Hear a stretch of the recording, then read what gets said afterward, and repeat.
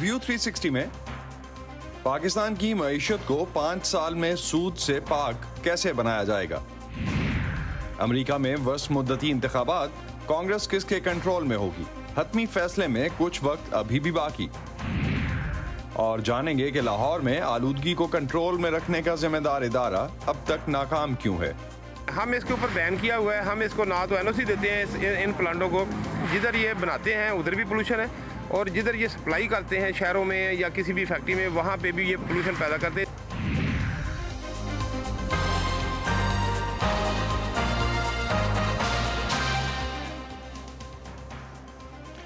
Voice of America के Washington studios में आप सबको खुशामदीद। आप देख रहे हैं प्रोग्राम व्यू 360 और मैं हूं असदुल्लाह खालिद।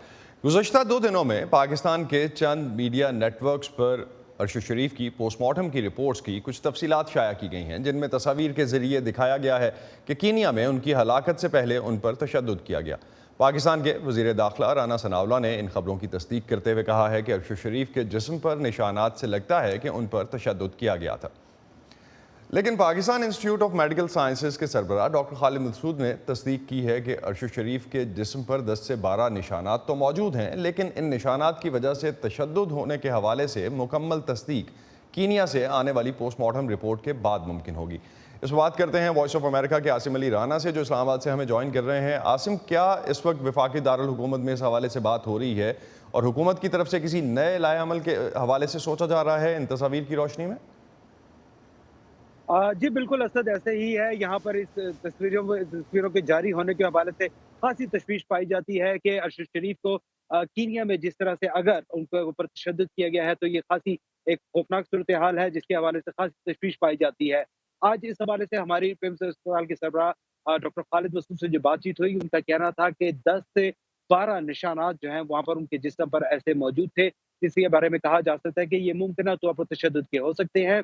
इनमें से खास तौर पर जो है उनकी उंगलियों के नाखून जो खेड़ने की जो एक कुछ निशानात जो मिले हैं, उससे वो खासी तशवीश पाई जाती है, क्योंकि ऐसा आम तौर पर तशद्दुद के दौरान किया जाता है। लेकिन उनका कहना है कि ये अगर कीनियन हुक्काम ने अगर किसी फॉरेंसिक तज्जिए के लिए ऐसा किया है तो वो अपनी रिपोर्ट जो हमें भिजवाएंगे, उसमें ये तमाम बातों का जिक्र होगा और उसके हवाले से ही जो है वहाँ पर हतमी तौर पर कहा जा सकता है कि आया उनके ऊपर कोई तशद्दुद किया गया है या नहीं। इसके अलावा उनकी कलाई और दीगर जिस्म के मकामात पर जो है वो भी कुछ तशद्दुद के निशानात मिले हैं।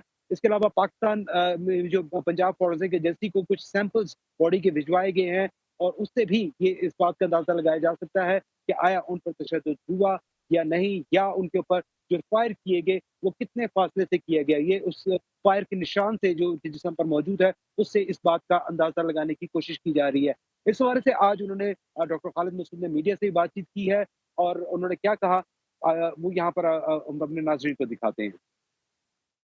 इस वक्त नहीं कह सकते कि ये नाखून तशद्दुद की वजह से निकाले गए हैं कि ये नाखून उधर फॉरेंसिक के लिए निकाले गए हैं। अगर उनकी फॉरेंसिक को देख लिया जाए उसमें मेंशन होगा, अगर नहीं होगा तो नेचुरली फिर ये दूसरा उसका होगा।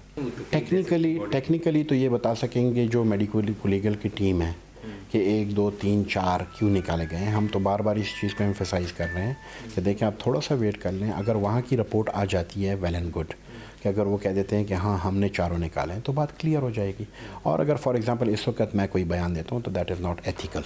लीक जिसने की है 2 सफ़े की है, 3 सफ़े की है, वो मैंने नहीं की, वो जिसने भी किया वो आप उनसे पूछ सकते हैं। हमने जो 6 सफ़ों की रिपोर्ट थी और 6 सफ़ों की रिपोर्ट हमने पुलिस के हवाले की है, बिल्कुल इसमें निजरी में शामिल किया गया, क्योंकि ये missing part of the body था जिसको मेंशन करना था। बहुत अच्छा क्वेश्चन किया। मेरे पास आज आप आए हैं तो मैं आपको इंटरव्यू दे रहा हूँ, जब मेरे पास आप आएंगे नहीं तो मैं आपको कैसे इंटरव्यू दे सकता हूँ। और ये रिपोर्ट ऑलरेडी पुलिस के पास सबमिट हो चुकी है और उसी दिन शाम को 5 बजे हो चुकी है। वो किसी वक्त भी उनका वकील वो उस वक्त उसी से क्लेम कर सकते हैं। मेरे पास जब कोई आया ही नहीं है तो मैं कहाँ से दे सकता हूँ। अगर वो कहे कि HD हॉस्पिटल डायरेक्टर ने इनकार किया है, मैं अदालत आ गई हूँ, तो मैं जुर्मदार। असद, बिल्कुल इस हवाले से जो है डॉक्टर साहब का बयान तो सामने आया है और इम्कान है कि आइंदा एक हफ्ते के दौरान तक ये मुकम्मल रिपोर्ट जो है वो सामने आ जाएगी, जिसके बाद इस हवाले से हतमी तौर पर कोई बात कही जा सकेगी। बहुत शुक्रिया आसिम आपका, आप इस्लामाबाद से हमें अपडेट कर रहे थे इस हवाले से। اس کیس میں بہت سے سوالات اٹھائے جا رہے ہیں اور ہر طرف سے ابھی تک ان کے اگر ہم صرف دیکھیں تو سوالات ہی نظر آتے ہیں، جواب اس طرح سے بنتے ہوئے نظر نہیں آ رہے۔ کینیا میں قتل کیے جانے والے پاکستانی صحافی ارشد شریف کے کیس کی تحقیقات جیسے جیسے آگے بڑھ رہی ہیں، اس کیس میں ہر روز کچھ نئے پہلو سامنے آتے ہیں، کچھ نئے کویشچنز سامنے آتے ہیں۔ کینین حکام کی طرف سے ارشد شریف کے جسم پر ممکنہ تشدد کے حوالے سے کیا رد عمل آیا ہے؟ وائس آف امریکہ کی ارم عباسی ہمیں نیروبی سے جوائن کر رہی ہیں، ان سے اس حوالے سے مزید بات کرتے ہیں۔ ارم، پاکستان میں میڈیا پر ارشد کی لاش پر تشدد کے نشانات کی رپورٹس ایئر ہوئی ہیں، حکومت کی طرف سے تصدیق کی گئی ہے، پیمز کی طرف سے ابھی کچھ حد تک جو ہے اس میں کوئی ہمیں کنفیوژن لگتی ہے، ان کی سٹیٹمنٹس میں ابھی تک ویریفائی نہیں کیا گیا۔ کینیا میں آپ کی جن حکام سے بات ہوئی ہے وہ اس بارے میں کیا کہہ رہے ہیں؟ اسد، یہاں پر کینیا میں نیروبی میں جو چیف پیتھولوجسٹ ہیں ڈاکٹر جوہنسن، جنہوں نے ارشد شریف کی ڈیڈ باڈی کا پوسٹ مارٹم کیا ہے، ان سے میں کئی بار کوشش کرتی ہوئی رابطہ کرنے کی، لیکن وہ میڈیا سے بات کرنے سے معذرت کر رہے ہیں اور ان کا ڈپارٹمنٹ یہی کہتا ہے کہ ان کے پاس رپورٹ نہیں ہے۔ انہوں نے پولیس حکام کو اور جو حکام انویسٹیگیٹ کر رہے ہیں ان کو دی ہے، جو انویسٹیگیٹ کر رہے ہیں ان سے بھی میں نے درخواست کی ہے، لیکن اس معاملے میں وہ تعاون نہیں کر رہے ہیں۔ میں نے یہاں پہ باقی جو چند اور پیتھولوجسٹ اور کنسلٹنٹ پیتھولوجسٹ سے بات کی ہے، تو انہوں نے اس کیس کے حوالے سے تو بات کرنے سے انکار کر دیا، لیکن انہوں نے یہ ضرور کہا کہ یہ ایک سٹینڈرڈ پروسیجر ہے کہ جب ڈیڈ باڈی آتی ہے اور اس کا پوسٹ مارٹم ہوتا ہے تو سرجیکلی ان کے نیلز جو ہیں وہ ریموو کیا جاتے ہیں فورینزکس کے لیے، اور وہ جو ہے پوسٹ مارٹم رپورٹ میں مینشن ہوتا ہے کون کون سے باڈی پارٹس جو ہیں وہ ریموو کیے جاتے ہیں، اور ان کے بقول یہ ہر کسی کی پوسٹ مارٹم میں یہی پروسیجر اپنایا جاتا ہے۔ کیونکہ میں نے ان سے پوچھا کہ یہاں پر کیا پروسیجر ہے، تو انہوں نے کہا وہی سٹینڈرڈ پروسیجر ہے کہ آپ کو پوسٹ مارٹم کے دوران کچھ باڈی پارٹ اور نیلز کو سرجیکل طریقے سے ریموو کیا جاتا ہے تاکہ فورینزکس کے لیے ان کو بھیجا جا سکے۔ اور اسی طرح کی بات جو ہے وہ ڈاکٹر خالد مسعود بھی کر رہے تھے پیمز میں۔ ماہرین کے مطابق اس کیس میں ان دو میزبان بھائیوں کے بیانات بڑے اہم ہیں جن کے پاس ارشد شریف ٹھہرے ہوئے تھے۔ آپ کے پاس کیا اطلاعات ہیں؟ کیا کینیا میں جو تحقیقات ہو رہی ہیں اس میں ان بھائیوں کو بھی شامل کیا گیا ہے؟ اسد، یہ ایک بہت امپورٹنٹ سوال ہے۔ میں نے چند دن پہلے جو ان دونوں بھائیوں خرم اور وقار احمد کے لائر ہیں ڈینیل کراگو، نیروبی میں ہوتے ہیں، ایک دفعہ تو انہوں نے فون اٹھا لیا کیمرے پہ یا بات کرنے سے تو انکار کر دیا، لیکن انہوں نے یہ اس وقت چند دن پہلے یہ تصدیق کی تھی کہ خرم اور وقار جو ہے وہ کینیا میں ہی موجود ہیں، اور انہوں نے اپنا ایک بیان جو ہے وہ کینین پولیس کو بھی دیا ہے، اور وہ اس 2 رکنی ٹیم سے بھی ملے ہیں پاکستان سے جو یہاں پر فیکٹ فائنڈنگ مشن کینیا میں آیا تھا، ان کو بھی انہوں نے بیان دیا ہے، اور ان کے لائر کے بقول ان کا یہی ارادہ ہے کہ وہ کینیا میں ہی رہیں گے۔ چند دن پہلے کی جو بات ہے اس کے بعد وہ فون ہی نہیں اٹھا رہے اور نہ ہی ملنا چاہتے ہیں، لیکن ان کا یہی کہنا تھا کہ جب تک انویسٹیگیشن چل رہی ہے ان کے موکل جو ہیں، ان کے کلائنٹس جو ہیں، وہ یہی ارادہ رکھتے ہیں کہ وہ کینیا میں ہی موجود رہیں، اور ان کے بقول وہ پورا تعاون کر رہے ہیں۔ بہت شکریہ ارم عباسی، آپ ہمیں اپڈیٹ کر رہی تھیں اس کیس کے حوالے سے، جو کہ ڈیفینیٹلی ابھی بھی بہت سے سوالات ہیں جن کے جواب ابھی ڈھونڈنا باقی ہے۔ پاکستان کے وفاقی وزیر خزانہ اسحاق ڈار کا کہنا ہے کہ حکومت سود سے متعلق فیڈرل شریعت کورٹ کے فیصلے پر عمل درآمد کرے گی۔ اسحاق ڈار کا دعویٰ ہے کہ وہ ملکی معیشت کو 5 سال میں سودی نظام سے پاک کر دیں گے۔ پاکستان کی وفاقی شرعی عدالت نے اس سال اپریل میں سودی نظام کے خلاف فیصلہ دیتے ہوئے سال 2027 کے آخر تک ملک سے سود کو ختم کرنے کا کہا تھا۔ اسحاق ڈار کا کہنا کہ ملکی حکومت جو ہے وہ ملکی معیشت کی بہتری کے لیے ایسے اقدامات اٹھا رہی ہے، کیا پاکستان کی معیشت اس سے بہتر ہوگی اور کیا یہ ممکن بھی ہے؟ اس پر بات کرتے ہیں حاشر بن اشاد سے، جو کہ ماہر معاشیات ہیں، ایجوکیشنسٹ ہیں۔ حاشر، ایک ایسے وقت میں اس طرح کا اقدام اٹھانا جب پاکستان بدترین معاشی حالات سے گزر رہا ہے، یا اس کا سوچنا بھی، حکومت پہلے ہی بہت سے سیاسی اور معاشی مسائل میں گھری ہے، اس طرح کا فیصلہ کتنا فائدہ مند ہو سکتا ہے؟ دیکھیے، جہاں تک سودی بینکاری کا یا اسلامی نظام کا تعلق ہے، میرا اس میں بڑا کنسیڈرڈ اوپینین یہ ہے کہ اس میں اور کنونشنل نظام میں کوئی جوہری فرق نہیں ہے۔ یہ محض صرف عربی اصلاحات کا سہارا لے کے ہم نے اس کو ایک چولا پہنانے کی کوشش کی۔ یہ بات اپنی جگہ، لیکن ہمارے ملک میں ایک بہت بڑی اکانومی جو ہے وہ انڈاکیومنٹڈ اکانومی، اور اس انڈاکیومنٹڈ اکانومی میں بہت سارے وہ لوگ بھی شامل ہیں جو کہ بینکنگ کو یا موجودہ جو فائنینشل سسٹم ہے اس کو حرام سمجھتے ہیں۔ ظاہر ہے اس کے لیے ان کی جو دینی فکر ہے وہ ان کی رہنمائی۔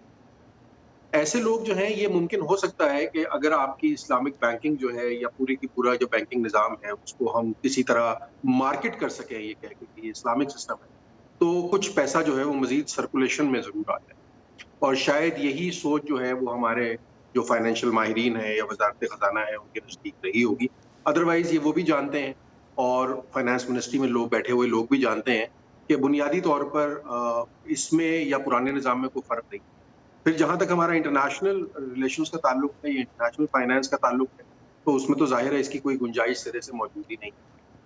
हमारी तमाम की तमाम डीलिंग्स या तमाम की तमाम जो हमारे सॉफ्ट लोन्स हैं या हार्ड लोन्स हैं जितने भी हैं, वो तमाम के तमाम ज़ाहिर है सूदी निज़ाम के ऊपर बेस करते हैं।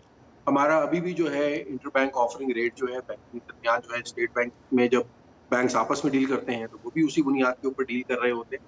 तो फ़र्क कोई नहीं है, अलबत्ता ये है कि अगर आप मार्केट कर सकें ये कह कर कि अब सारा निज़ाम जो है वो इस्लामी हो गया है और लोग अपना पैसा बैंकों में रखवाएं और अपने घरों में ना रखें, तो हो सकता है कि इससे सर्कुलेशन ऑफ मनी और जिसे हम बैंकिंग की इस्लाम में वेल्थ क्रिएशन कहते हैं उसमें शायद थोड़े से इजाफे की तवक्को हो। तो आपने जिस तरह से कहा कि कोई जौहरी फ़र्क नहीं है, इस्लामिक बैंकिंग का उसको नाम दें या हम उसको ट्रेडिशनल बैंकिंग की तरफ लेके जाएं, तो इस पूरे निज़ाम में एक डेफिनेटली इंटरनेशनल डीलिंग्स जो हैं वो तो अपनी जगह पे रहेंगी, तो उनको कैसे कनेक्ट कैसे किया जाएगा? लेट्स अज्यूम कि इसको हम कोशिश कर लेते हैं और इसी तरह की चीज़ें हमें पाकिस्तान में देखने को मिलती हैं इसके बाद, जो कि फाइनेंस मिनिस्ट्री में बैठे हुए लोग किस तरह से उसको कंसीव कर रहे होंगे वो एक अलग सवाल है।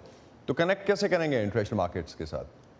कनेक्ट नहीं हो सकता जी, इंटरनेशनल मार्केट से कनेक्ट करना नामुमकिन है इसको, बिकॉज इंटरनेशनल मार्केट जो है वो एक उसका निज़ाम का जो खाका है वो बहुत मुतय्यन खाका है और उस खाके में इस किस्म की कोई गुंजाइश नहीं है कि एक पैरेलल सिस्टम जो है वहाँ पे काम कर सके और उस पैरेलल सिस्टम के तहत आप तमाम डीलिंग जो है उन्हें कन्वर्ट कर सकें या उसे कि नए खाके में उसे रख सकें। तो ये बुनियादी तौर पे एक्सटर्नल जितनी हमारी बोरिंग है या एक्सटर्नल जितनी डीलिंग है उससे इसका कोई ताल्लुक ना पहले था और ना होगा। ये बुनियादी तौर पे मुल्क के जो अंदरूनी बैंकिंग निज़ाम है और वो भी सिर्फ कंज्यूमर बैंकिंग की हम बात कर रहे हैं, जो कमर्शियल बैंकिंग जो लोगों के साथ डीलिंग, इसमें स्टेट बैंक या फेडरल रिजर्व बैंक जिसे आप कहते हैं उसका कोई अमल दखल जो है वो होने का इम्कान नहीं। तो एक तबका ये समझता है डेफिनेटली कि ये सिर्फ एक सियासी नारा है और मुल्क के मजहबी हलकों को खुश करने के लिए लगाया गया है। आप समझते हैं कि ये फैक्टर ज़्यादा है या जेन्युइनली अगर हम वेल्थ क्रिएशन की बात कर रहे हैं और जो ग्रे इकॉनमी है उसको लाने के लिए सिस्टम में इकदाम हो सकते हैं, तो वो भी एक थॉट हो सकता है इसके पीछे? देखिए ये तो बड़ा मुश्किल है मेरे लिए किसी की नीयत जज करना यहाँ बैठकर, लेकिन ये ज़रूर है कि पाकिस्तान की जितनी भी सियासी जमातें रही हैं उन्होंने किसी न किसी तरह से मज़हब को इस्तेमाल या मजहबी कार्ड को इस्तेमाल ज़रूर किया है और जहाँ पे उन्हें लगा है कि उनकी मकबूलियत में किसी तरह कमी आ रही है तो सबसे पहला कार्ड जो वो कैश करवाते हैं वो यही मज़हब कार्ड है। अब इतने अरसे से अदालत में ये एक हम गए हुए हैं, हमने अपील भी की हुई है, अब वो फैसला हम वापस ले रहे हैं। अगर हम पीछे चले जाएं तो फेडरल शरिया कोर्ट का जो अपना फैसला है वो बुनियादी तौर पे कॉन्फ्लिक्ट ऑफ इंटरेस्ट था उस वक्त भी, क्योंकि जिस बेंच ने फैसला दिया था उस बेंच के एक जज और उनका खानवादा जो है बहुत अरसा शरिया बोर्ड्स जो हैं उसके ऊपर वो बुराजमान रहे और अब भी हैं, जो कि फाइनेंस की दुनिया में या मैनेजमेंट की दुनिया में एक बड़ा सीरियस कॉन्फ्लिक्ट ऑफ इंटरेस्ट है, लेकिन उसकी तरफ किसी की नज़र नहीं जाती। तो ये बात आपकी बिल्कुल हो सकती है कि ये बुनियादी तौर पर अपनी सियासी मकबूलियत में थोड़े इजाफे की भी एक कोशिश हो, क्योंकि इन्फ्लेशन जो है मुल्क में बहुत ज़्यादा है और लोग उस पर बहुत नाला हैं, तो ये हो सकता है कि उस तरफ एक शऊरी कोशिश हो और साथ साथ ये भी ऐन मुमकिन है कि कुछ सर्कुलेशन ऑफ वेल्थ और क्रिएशन ऑफ वेल्थ और डॉक्यूमेंटेशन ऑफ इकोनॉमी भी एक मकसद हो इसमें। तो अगर हम एज्यूम कर लेते हैं कि बहुत आइडियलिस्टिक सिनेरियो होता है, पाकिस्तान में ये निज़ाम इम्प्लीमेंट हो जाता है या पार्शली हो जाता है, फुली और पार्शली किसी भी तरह से, तो आवाम तक क्या बेनिफिट होगा इसका? देखिए अवाम तक इसका कोई बेनिफिट नहीं है, मां सिवाय इसका बेनिफिट बैंकिंग सिस्टम को जरूर पहुंच सकता है कि ज्यादा पैसा वहां पे आ जाएगा। आप देखेंगे निज़ाम बैंक ने 4-5 ब्रांचेस शुरू किया था, आज उसकी सैकड़ों ब्रांचेस हैं, बड़ी फिनोमिनल ग्रोथ है और सिर्फ इस वजह से है कि वो इस्लामी बैंकिंग के नाम पे उसको बेच रहे हैं, अदरवाइज उनकी सर्विसेज या किसी कन्वेंशनल बैंक की सर्विस में कोई फर्क नहीं। तमाम बैंकों को भी अपने इस्लामिक यूनिट्स बनाने पड़े हैं, वो भी इसी वजह से कि बहरहाल एक प्रोडक्ट है, एक मार्केट है जो कि मौजूद है, लोग उसमें पैसा रखवाना चाहते हैं फॉर वन रीजन और दी अदर, तो बैंकिंग सिस्टम में इसकी गुंजाइश मौजूद है। आम शख्स को इसका कोई फायदा या कोई नुकसान नहीं होगा। नुकसान अलबत्ता मैं समझता हूँ किसी एक तरह से ये हो सकता है कि जो कंपटीशन है जो कन्वेंशनल और इस्लामिक बैंकों के दरमियान है, क्योंकि अगर आप इस वक्त देखें तो जो लोगों को मिलने वाला कंज्यूमर लोन्स वगैरह है खास तौर पर, उसमें इस्लामिक बैंक्स की शरह सूद एक्चुअली ज्यादा है in comparison to conventional banks। बहुत शुक्रिया हाशिर, आपने हमें ज्वाइन किया और इस हवाले से हम बात कर रहे थे कि किस तरह से ये पूरा निज़ाम जो है अगर वो तब्दीली के रास्ते पे जाता है तो वो सिस्टम काम करेगा और इंटरनेशनल लेवल पे किस तरह से हम इन पूरी चीज़ों को लेके चलेंगे। ہم ایک وقفے کے بعد دیکھتے ہیں کہ کس طرح سے امریکی الیکشنز جو ہیں وہ آنے والے دنوں میں ملکی سیاست کو شیپ اپ کر رہے ہوں گے۔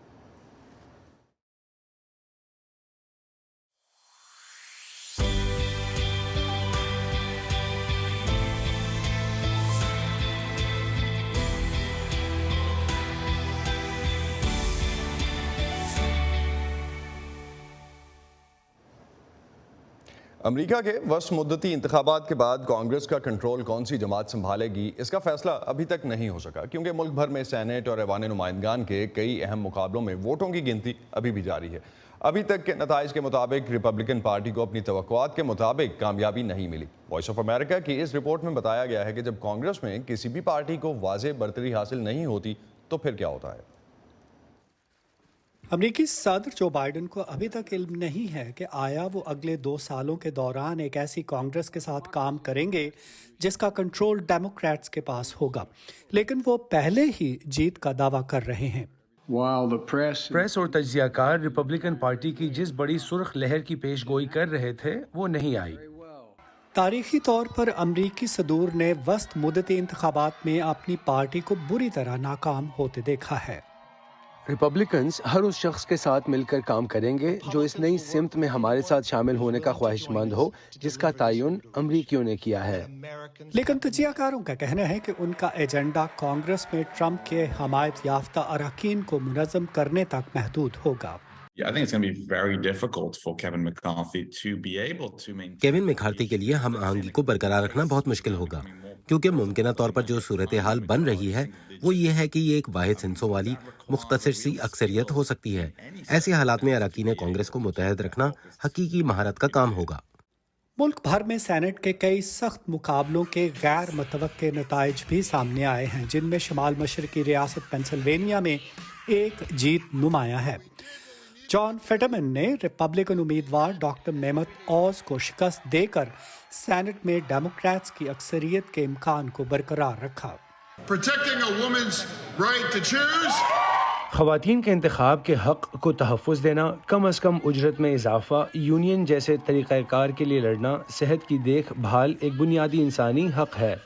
تجزیہ کاروں کا کہنا ہے کہ ڈیموکریٹس کے پاس اگر صرف نائب صدر کاملا ہیرس کا ٹائی بریکنگ ووٹ ہوا تو ان ترجیحات کو منظور کرانا مشکل ہو جائے گا۔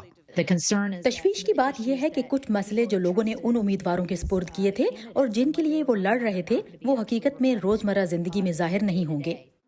2 برسوں میں دوسری بار ریاست جارجیا کے ووٹرز ممکنہ طور پر ڈیموکریٹک سینیٹر رافائل وارنوک اور ریپبلکن امیدوار ہرشل واکر کے درمیان ہونے والے خصوصی رن آف الیکشن میں امریکی سینٹ کے کنٹرول کا فیصلہ کر سکتے ہیں۔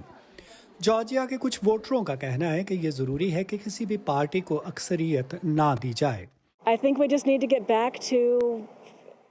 میرے خیال میں ہمیں صرف درمیانی راستہ اختیار کرنے کی ضرورت ہے۔ ہم خاص مفادات کی خاطر بہت دور، بہت آگے بائیں کی طرف چلے گئے ہیں۔ اور وہ ایک پارٹی سے دوسری پارٹی کو اقتدار کی منتقلی سے ہونے والے نقصان سے بھی واقف ہیں۔ ایسا محسوس ہوتا ہے کہ جو ہی ہمیں لگتا ہے کہ کچھ اچھا ہو رہا ہے ہم پلٹ جاتے ہیں اور دوسری طرف چل پڑتے ہیں، اور ہمیشہ لگتا ہے کہ ہم کبھی آگے بڑھتے ہیں کبھی پیچھے ہو جاتے ہیں، لیکن اسی کا نام جمہوریت ہے۔ طاقت کے حتمی توازن کے بارے میں شاید 6 دسمبر تک پتہ نہ چل سکے جب ووٹرز رافائل وارنک اور ہرشل واکر میں سے کسی ایک کا انتخاب کریں گے۔ کیتھرین جپسن کے ساتھ ندیم یعقوب، وائس آف امریکہ۔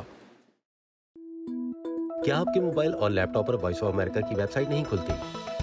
تو آپ ہمارا کانٹینٹ دیکھنے اور پڑھنے کے لیے ہمارے فیس بک پیج پر آئیں۔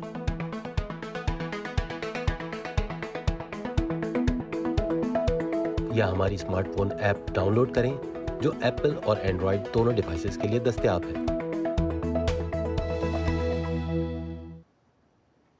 اور پروگرام کے آخر میں بات کرتے ہیں لاہور کی، اور جہاں ہم دیکھتے ہیں کہ ہر سال پچھلے گزشتہ اگر ہم دیکھتے ہیں کچھ سالوں سے تو اس شہر کی آب و ہوا دنیا کے بدترین ایئر کوالٹی والے شہروں میں شمار ہوتی ہے۔ لاہور کے گرد و نواح کی فضا میں پایا جانے والا دھواں ایسی فیکٹریوں سے نکلتا ہے جن میں زیادہ تر ٹائروں کو جلایا جاتا ہے، جس کی وجہ سے فضا میں کاربن کی مقدار میں اضافہ ہوتا ہے۔ اس کاربن سے نکلنے والے ذرات اسموگ میں اپنا حصہ کیسے ڈالتے ہیں؟ محکمہ ماحولیات پنجاب کا اینٹی اسموگ اسکواڈ کہاں تک اسے روکنے میں کامیاب رہا ہے؟ جانتے ہیں سمن خان کی اس رپورٹ میں۔ प्लांट वाली बात है, प्लांट पहले बाद में। गुल रहमान खान और उनके साथी अपनी जाए रोजगार की बंदिश पर परेशान हैं। वो एक ऐसी पायरोलिसिस फैक्ट्री के मुलाजिम और सप्लायर हैं जहां टायरों को तल्फ करने के लिए प्लांट में जलाया जाता है। महकमा माहौलियात ने उनके धुआं पैदा करने वाले कारखाने को सील कर दिया है, लेकिन यहाँ के मजदूर रोजगार ख़त्म होने को स्मोक से ज़्यादा संजीदा मसला करार देते हैं। मेरी एज है तकरीबन 41-42 साल और यहाँ पे मेरी जंपल है, यहाँ पे मैं पैदा हुआ हूँ। मैंने नहीं कभी देखा है कि किसी को धुएं के साथ डेथ हो गई है किसी की, ठीक है। बाकी गवर्नमेंट है वो बेहतर समझती है। हमें तो ये प्रॉब्लम है कि फैक्ट्री बंद हो गई, एक फैक्ट्री में 100 मजदूर काम करता है, 100 मजदूर के साथ पीछे 1000 बंदे का ताल्लुक है। गाड़ी लोड करने वाला, गाड़ी चलाने वाला, गाड़ी अनलोडिंग करने वाला। महकमा माहौलियात पंजाब के मुताबिक रोज़गार के मसाइल अपनी जगह, लेकिन लाहौर के गिरदो नवाह में कायम ऐसी फैक्ट्रियों और कारखानों के माहौल दुश्मन असरात से भी नजरें नहीं चुराई जा सकती, जहां टायरों को जलाने के पायरोलिसिस नामी अमल के नतीजे में कार्बन पाउडर, कार्बन फ्यूल और तारें हासिल की जाती हैं, जो लाहौर और गिरदो नवाह के माहौल के लिए ख़तरा बनी हुई हैं। बहुत बारीक पार्टिकल्स हैं, 2.5 माइक्रोन है। ये स्मोक के लिए बेस्ट टीन का जो फ्यूल है कोयला, उससे ये 4 गुना सस्ता है। इसकी तकरीब 10 और 11 रुपए पर केजी कीमत है। कोयले की जो ना वो 42 केजी है, और ये वैसे भी 3 रुपए सस्ता सरिया बनता है अगर ये फ्यूल इस्तेमाल करें। 2010 में पंजाब में डेंगू मच्छर पर काबू पाने के लिए टायरों को जलाने का ये तरीका मुतारिफ करवाया गया, लेकिन माहौल पर इसके मनफी असरात के पेश नज़र इस अमल की रोकथाम अब ज़रूरी समझी जा रही है। हम इसके ऊपर बैन किया हुआ है। हम इसको ना तो एनओसी देते हैं इन प्लांटों को, जिधर ये बनाते हैं उधर भी पोल्यूशन है, और जिधर ये सप्लाई करते हैं शहरों में या किसी भी फैक्ट्री में, वहाँ पे भी ये पोल्यूशन पैदा करते हैं। पायरोकार्बन बतौर फ्यूल इस्तेमाल करने वाले कारखानों के धुएं की कोई हद मुकर्रर नहीं। आसपास की आबादियां साल भर इसकी लपेट में रहती हैं। छतें काली हैं, बच्चों को भी खांसी आती है। हम मोहल्ले की 5-10 औरतें इकट्ठी होकर फैक्ट्री मालकान के पास जाती हैं कि ये देखो हमारा हाल क्या हो गया है। तो कहते हैं कि गुलबर्ग चले जाओ, हम क्या करें, जगह बेच दो। हम गरीब लोग जगह बेचकर कहाँ जाएं? स्मोक की बुनियादी वजूहात में गाड़ियों का धुआं, फसलों की बाकियात को जलाना, भट्टों और सनती आलूदगी शामिल है। यूं तो सनतों से निकलने वाले धुएं का हिस्सा सिर्फ 20% है, लेकिन महकमा माहौलियात पंजाब ने धुआं फैलाने वाले कारखानों के खिलाफ ऑपरेशन शुरू कर रखा है। हमने सबसे पहले अर्बन यूनिट से लाहौर की सारी इंडस्ट्रियल जो एस्टेब्लिशमेंट्स हैं उनका जियो टैगिंग करवा के उनकी मैपिंग की है। उसके बाद जहाँ जहाँ हमारी ये इंडस्ट्री कंसंट्रेटेड है, उनके एरियाज़ की जो सेक्शन बना के अपने चारों स्क्वाड्स को वहाँ डिप्लॉय किए। रवां बरस अगस्त से अक्टूबर तक लाहौर समेत शेखुपुरा, फैसलाबाद, गुजरांवाला और मुल्तान में धुआं फैलाने वाले कारखानों, फैक्ट्रियों और भट्टों के खिलाफ तकरीबन 2000 ऑपरेशन किए गए।